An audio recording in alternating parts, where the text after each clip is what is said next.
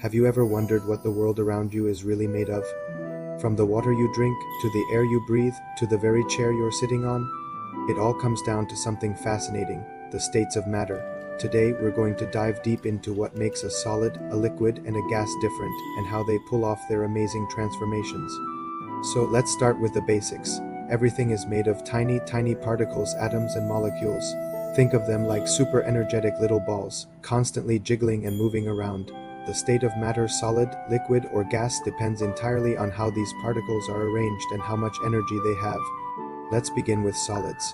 Imagine a brand new box of Legos, all neatly clicked together in a strong, rigid structure. That's kind of like a solid. In a solid, the particles are packed tightly together in a fixed, organized pattern. They don't have enough energy to move around freely.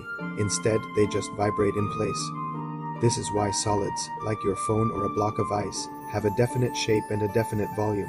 You can't just squish them into a smaller space easily, and they don't change shape unless you apply a force. They hold their ground. Now let's add a little heat, which is just a form of energy. What happens to our ice block? It starts to melt and turns into water. It becomes a liquid. In the particle world, adding energy makes our little balls vibrate more and more violently until they break free from their rigid structure. In a liquid, the particles are still close together, but they're no longer locked in place. They can slide past one another, like a crowd of people shuffling around in a busy room. This is why liquids, like water or honey, don't have a fixed shape. They take the shape of whatever container you pour them into. If you pour water from a tall glass into a wide bowl, the water spreads out to fit the new shape. But notice, the amount of water, its volume, stays the same. The particles are still close enough to be incompressible. So we've gone from solid to liquid. What's next? You guessed it, let's turn up the heat even more. As we continue to add energy to our water, the particles start moving faster and faster and faster. They're zooming around, bouncing off each other with incredible force. Eventually, they gain so much energy that they break away from each other completely and escape into the air.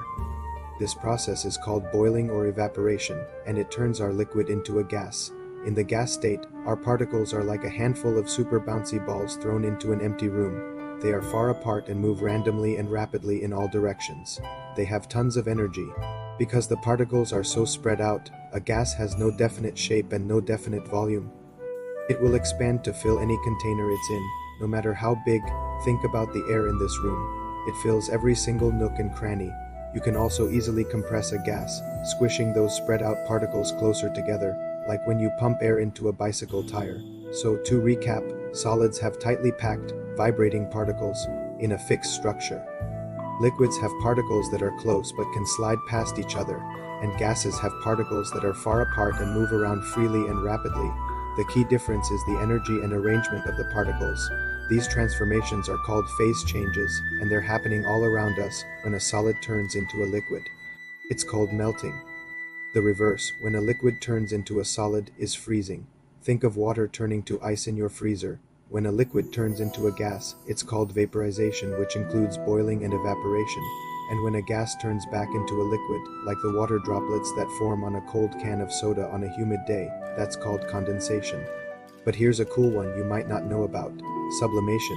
This is when a solid skips the liquid phase entirely and turns directly into a gas. A great example is dry ice, which is solid carbon dioxide. At room temperature, it doesn't melt into a puddle. It just releases clouds of gas. The opposite of this, when a gas turns directly into a solid, is called deposition. This is how frost forms on a cold window pane on a winter morning. Water vapor in the air turns directly into ice crystals. Pretty neat, right? So the next time you see ice melting, water boiling, or your breath fogging up a cold window, you'll know exactly what's happening on a microscopic level. It's all about those tiny, energetic particles dancing around, changing their formation based on how much energy they have.